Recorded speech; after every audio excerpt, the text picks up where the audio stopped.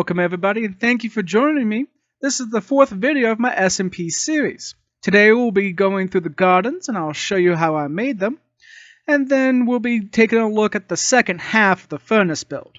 Afterwards, we are going to discuss the next project, which will be a kelp farm just off of the side of the building.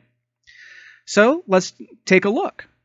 Going through the garden here, as you can see, I used oak leaves, some chorus plants, and some pathing. Going around, as I went through here, I naturally looked at where the tower was and chose a randomized path, kind of just taking the shovel and digging it out a little bit, just to make a bit of a ways to follow. And on either side, I added some flowers and some tall grass. I'm using glowstone to accent the gardens, as I do not mind the look of it. And since I'm going for an Art Deco, magical feeling to it, I think it really does add some ambiance. Added in some benches, which are just two dark wood chairs with dark wood trapdoors flipped upwards to make the armrests. I'm using those oak leaves as both as a see-through barrier and to look like hedges. And dotting the flowers around, not following a particular color palette, but just letting me choose it as my eye wanders. When I made this little pond here, I added some sea cucumbers, or sea pickles, down here at the bottom just to give it an extra lighting, and added in some mossy cobblestone under the water as if algae was grown on it. It gives it a little extra texture, a little extra realism. But not adding it everywhere, and also adding the sea lantern in for an extra lighting. And I used some bone meal on the dirt to add in some seagrass. So when you're viewing the pond, you can see a little bit of movement, and it gives the eye somewhat to travel. As we continue around, the theme of the flowers and the vines continue. However, I'm still kind of not sold on having the vines on this side of the building. It is the seaward side of the tower, and my thought is that the vine seeds were blown in and kind of attached to the crevices of the building. However, still not quite sold on it. As many things with Minecraft, sometimes you just have to give it a try and just let it sit there for a moment. Come back a couple of days later and just take a look at it and see if you still like it. And if you don't, take it down and rebuild it if it's a building, or in this case, just chop all those vines off and redo it yourself, or just leave them off, which I might remove them in time. Still given that waiting period to see if I truly like how they look. So as we follow the path around, we can see that I added some hedges here to break up the sheer cobblestone wall. And added some flowers dotting here and there, following no particular color palette other than what felt right in the moment when I placed them. I added some tall mushrooms using paw soil at the bottom, put the mushroom on top, and added some bone meal to make them grow very tall, hiding some glowstone in the stems to give an extra lighting around the area, both as a visual interest and to prevent spawns. One of the keys I have found to building large landscapes like this, or anywhere, is hiding your lights or incorporating them into the build to keep you safe, but also to be visually appealing. The chorus plants, I think, add a nice touch of purple amongst all this pink and red. And as they go up in random spurts and grow according to their own will, adds a bit of randomness to the gardens. As we continue around, just adding some benches here and there, just so that when you walk around it feels like a real garden, like a Victorian garden, in a sense. And hedge work using leaves, which do not decay if you snip them off with a pair of shears and place them down. Most servers, including vanilla first-person player or single player will allow you to place down these leaves and they will not decay away. They will only decay if you chop down the tree and you do not shear them off. As we continue around, here I did want to make a little bit of a pattern, so I went with the pink tulip, white tulip, and pink tulip, along with the red and oranges, just so that when you come across them, you can see there was a bit of a plan here, but since they do randomly place on the block, it's not perfectly symmetrical. The same thing with these chorus plants around this particular seating area. As they grew up randomly. And I really do enjoy the random, non-symmetrical feel they give to this part of the garden.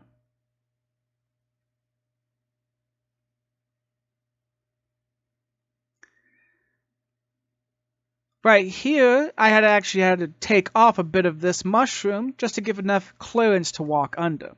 Again, hiding the glowstone in the stem so that the light would cascade downwards and onto the flowers. But as you walk by, you would only get a brief glimpse of them. As we can see here, the road that I placed down leads already to the finished furnace.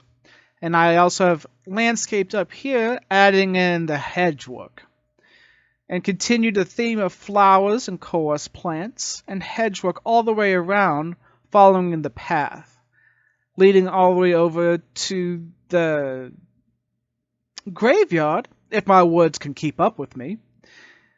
And we will view this graveyard at a later date, when my brother can get on and explain it to us his exact design process when he designed the whole area. I do plan on landscaping the entire island we are on to match this feel. You can see here where I have, this is the beginnings of the landscaping area, and I've already taken the time to go across this shoreline and fill it all out. However, since we do not have any building plans for this section of the naturally generated area, it's still left in its natural state. However, as we continue to build up the area, this will all change in time. Now, let's take a look at how I finished out this furnace build, and then afterwards I'll give you a tour of the insides. So from here, not that I have the roof done, I'm going to add some nether brick slabs to the top to prevent mob spawning without lights. Then I'm going to take some nether stairs and go around the rim to give a nice rounded look to it.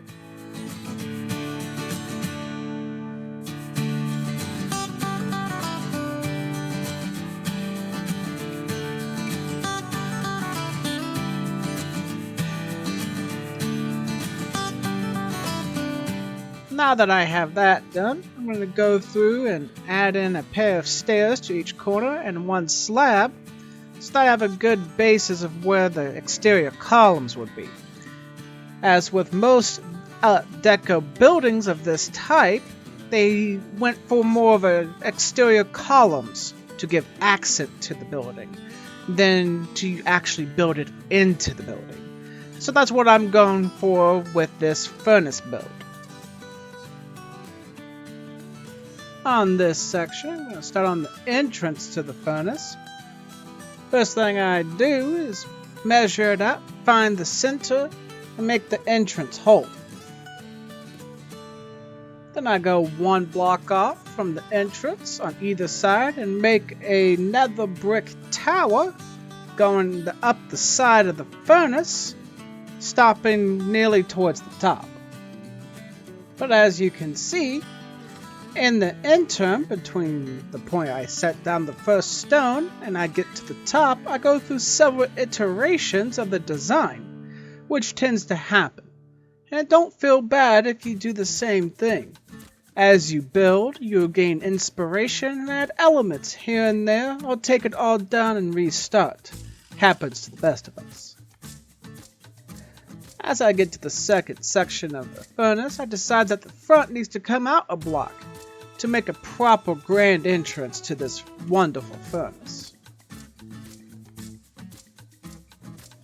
In doing so, I noticed that the stairs need to be removed from both the first section and the second section in order to make way for the new design. As I got to the top, I noticed that it would look a little plain just capping it off right there. So I'll work on several different designs to elongate the entrance and to give the roof a little bit more of a definition and a little bit more interest as you look at the building.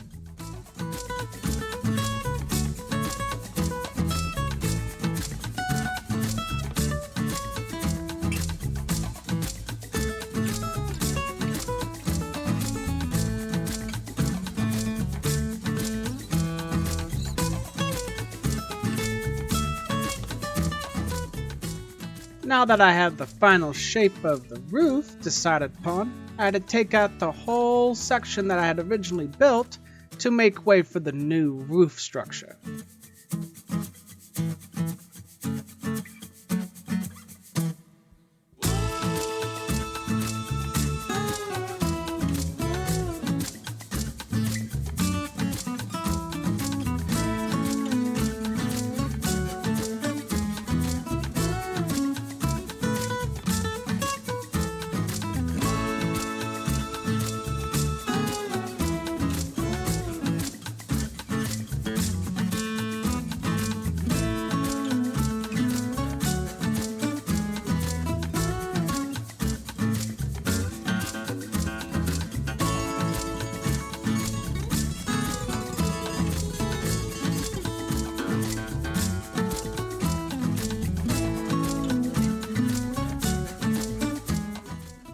Capping it all off with nether brick to match the design and the color palette that I chose for the roof of this building.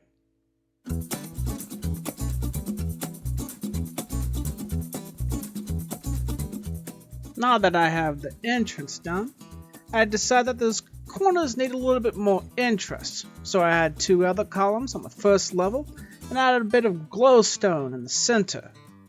That adds a little bit of a lighting interest and gives the building a more aesthetically pleasing look.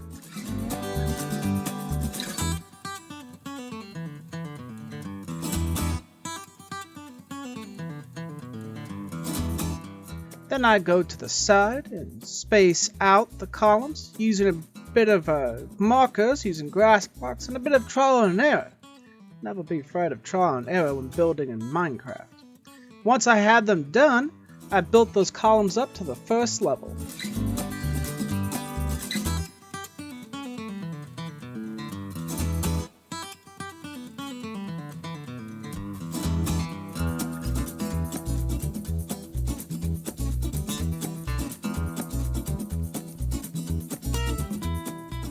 To add a little bit more interest at the bottom, the base of the building, I added some nether staircases in between each column, just to add a little bit more visual diversity, since this is a 2-block build.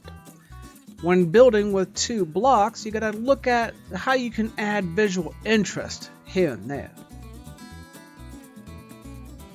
Now that I'm on the second level, I bring those columns in 1 block and build them up to the rooftop so they match up.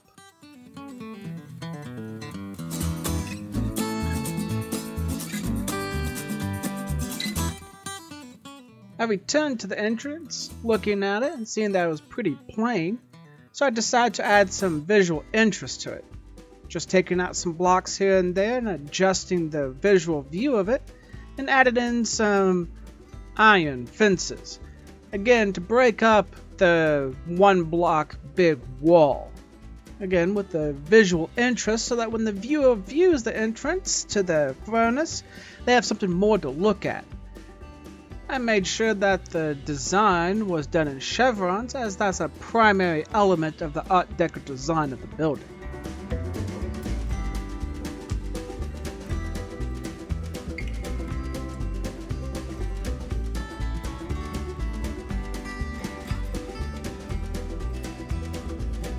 Now that I have the first side done, the rear of the building was much easier to go through.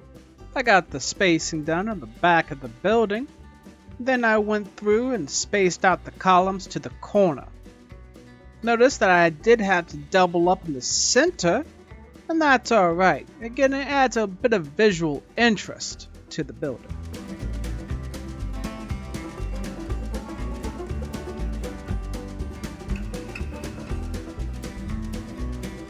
To finish it off, I continued the columns around the last two sides of the building.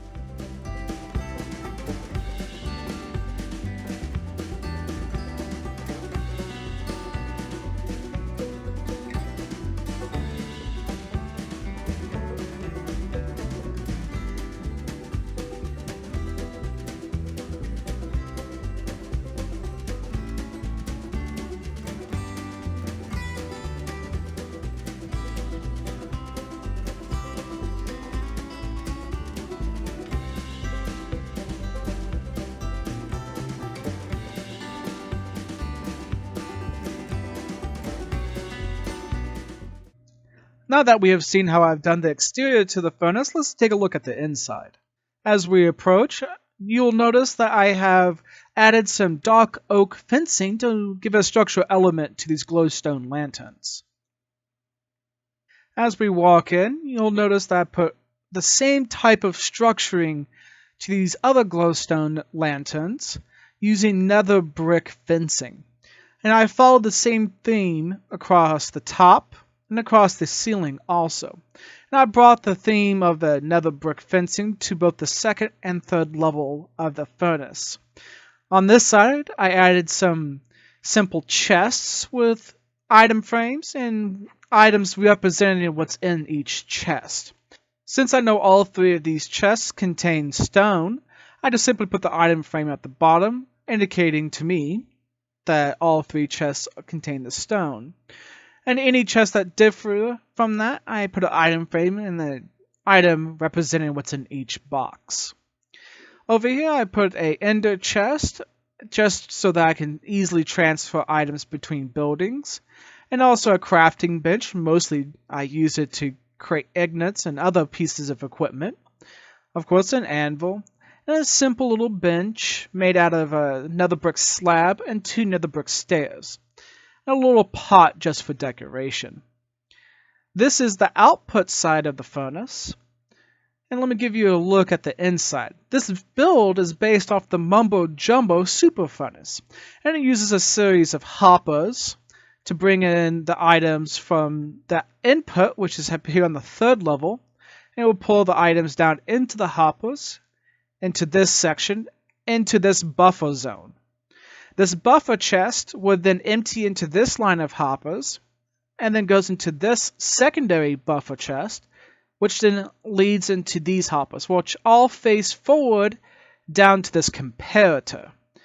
This comparator would then power when this hopper right here receives an item. It will then unlock using through this torch into this repeater, and this redstone line unlock this level of the hoppers, allowing items to flow into this second line of hoppers and then down into the furnace. The same has been done over here using the same concept, this line of hoppers leading into the second level of the furnace where the fuel's put in. And right now, it's all full of lava buckets. When a lava bucket is needed, this will automatically unlock, which is currently in the unlock state since this comparator is powered, since this does have items in it. And one bucket will drop down into this particular hopper, and then will be fed into the side of the furnaces, keeping this whole system automated. And when the item's done, it gets pulled down into the hopper below, and pushed along into this buffer chest, which then pulls out, using these two hoppers, into the outputted area. I will be repeating the same build on this side of the furnace once I get enough materials. And this little decorative centerpiece is just simply to look like a Minecraft forging area where you can forge some blades or any other metal item. using the anvils as structural elements to the build. And these 3 anvils just for pure decoration's sake. This is what the second level looks like. It's just a simple little area, 3 blocks tall, with some staircases making an archway to the fuel boxes. And the same is over here. And this is the second part of the lava area, just to give it a little bit more visual interest as we are walking through.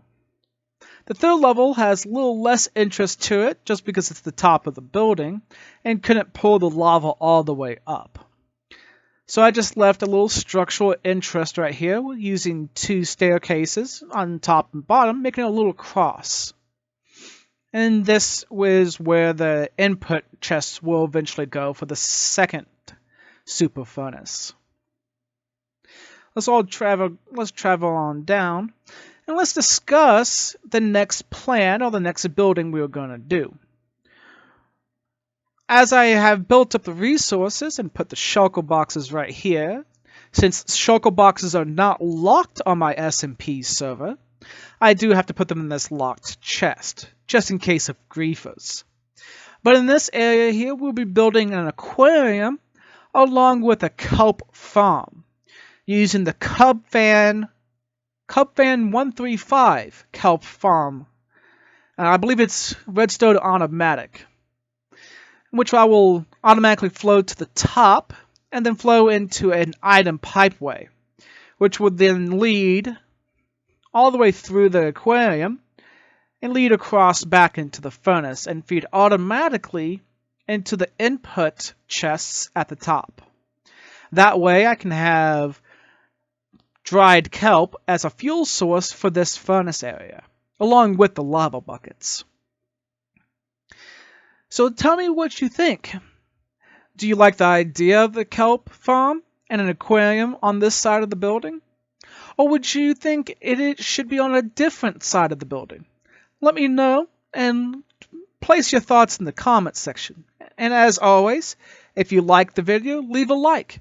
And if you have any other comments or commentaries or suggestions, leave them in the comments section. I read every single one.